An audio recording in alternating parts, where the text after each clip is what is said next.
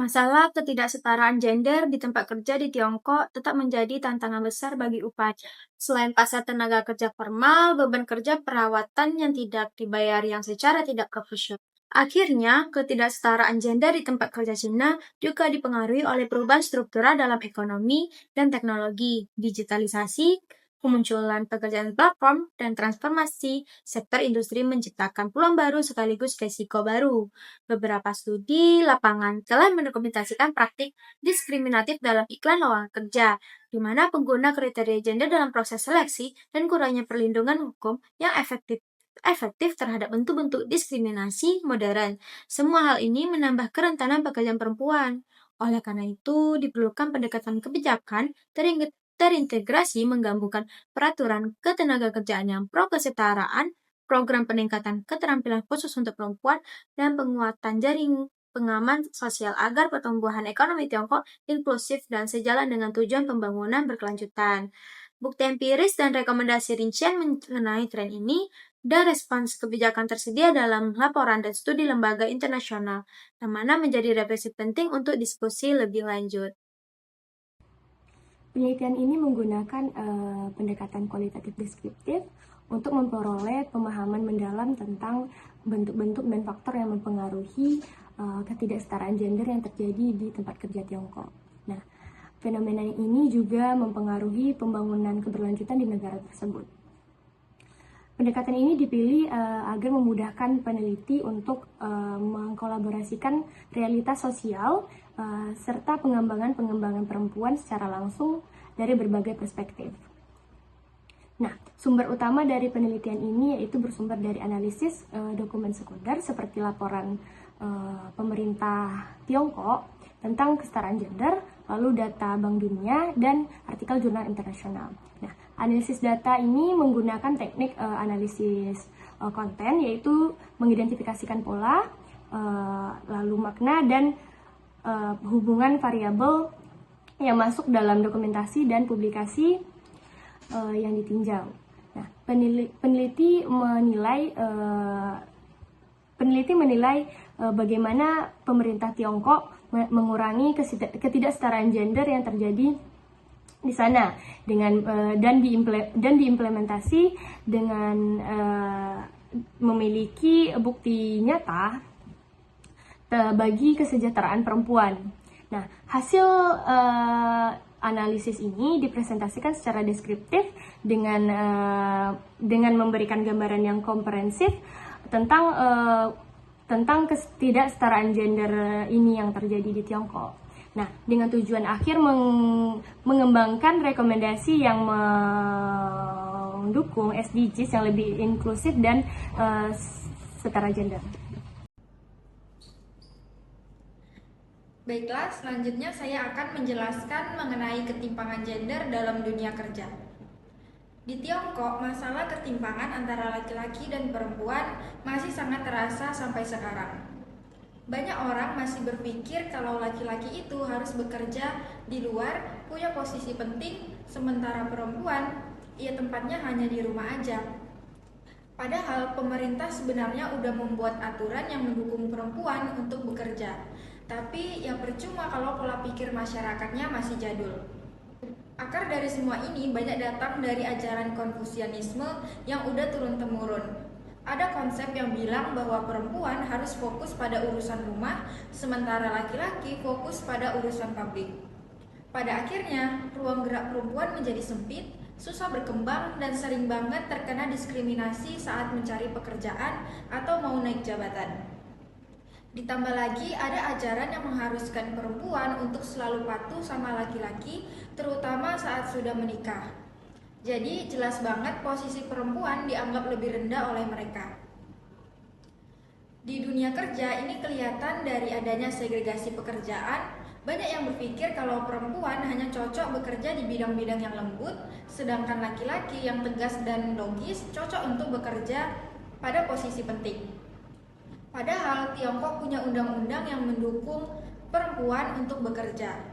Tapi pada kenyataannya banyak perusahaan yang tetap nggak mau menerima perempuan karena takut ribet kalau nanti hamil atau cuti. Jadi perempuan sering kena beban ganda yaitu bekerja sekaligus menjadi ibu rumah tangga. Yang makin miris di bidang teknologi dan STEM, jumlah perempuan sedikit banget. Dari jutaan tenaga riset, perempuan hanya sekitar seperempatnya saja. Di lembaga riset besar malah nggak sampai 6%. Karena adanya diskriminasi dan sedikitnya role model, perempuan semakin susah untuk maju pada bidang ini. Padahal kalau perempuan dikasih kesempatan yang sama, inovasi negara bisa jauh lebih kuat. Pada intinya, masalah ketimpangan gender ini bukan cuma soal adil atau nggak adil aja, tapi juga menyangkut pada ekonomi dan daya saing negara. Kalau setengah dari potensi sumber daya manusianya aja nggak dikasih kesempatan, bagaimana mau bersaing dengan dunia global? Makanya penting banget untuk masyarakat Tiongkok untuk mengubah mindset mereka. Karena kalau perempuan dikasih ruang yang sama, negara bukan cuma menjadi lebih adil, tapi juga lebih maju, lebih inovatif, dan lebih siap menghadapi persaingan global. Sekian dari saya, terima kasih.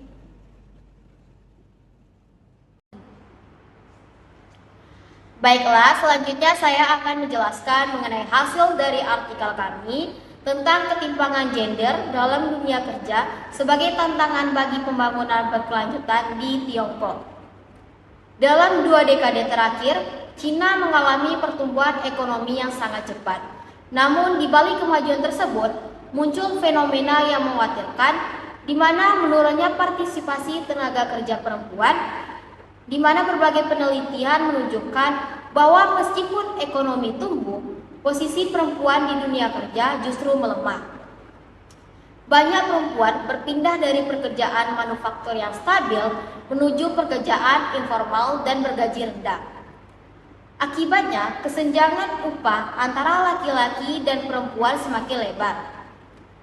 Tidak berhenti di situ saja, analisis lintas sektor juga mengungkapkan bahwa kesenjangan upah gender di Cina masih berlangsung dan sangat bervariasi antar wilayah.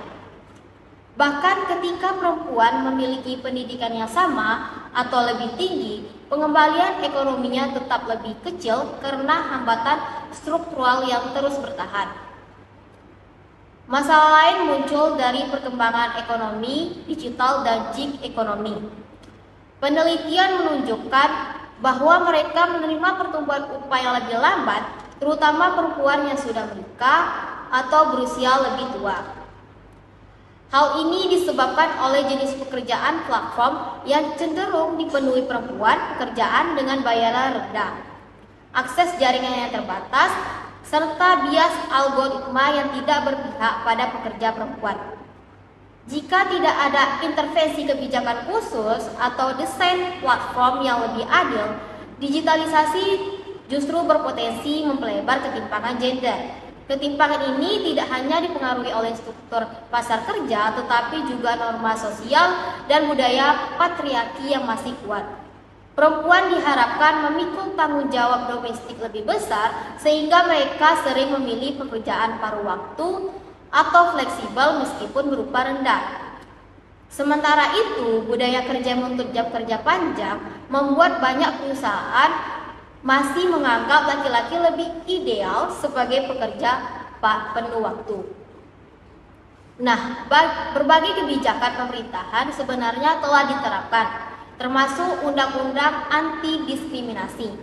Namun tanpa mekanisme penegakan yang kuat, kebijakan itu belum efektif. Untuk mengurangi kesenjangan gender di dunia kerja, diperlukan pendekatan yang lebih terintegrasi. Mulai dari reformasi sistem ketenagakerjaan, membuka akses perempuan ke pekerjaan berkualitas tinggi, memperkuat perlindungan sosial, hingga menghapus bias struktural yang menghambat kemajuan karir perempuan. Nah, pada akhirnya, meningkatkan kesetaraan gender di pasar kerja bukan hanya bertanggung jawab perempuan, tetapi merupakan bagian penting dari pembangunan ekonomi yang berkelanjutan. Penyelesaian masalah ini akan mendukung pencapaian tujuan pembangunan berkelanjutan, terutama SDGs 5 tentang kesetaraan gender dan SDGs 8 tentang pekerjaan layak bagi semua. Baiklah, demikian materi yang dapat kami sampaikan mengenai ketimpangan gender dalam dunia kerja di Tiongkok.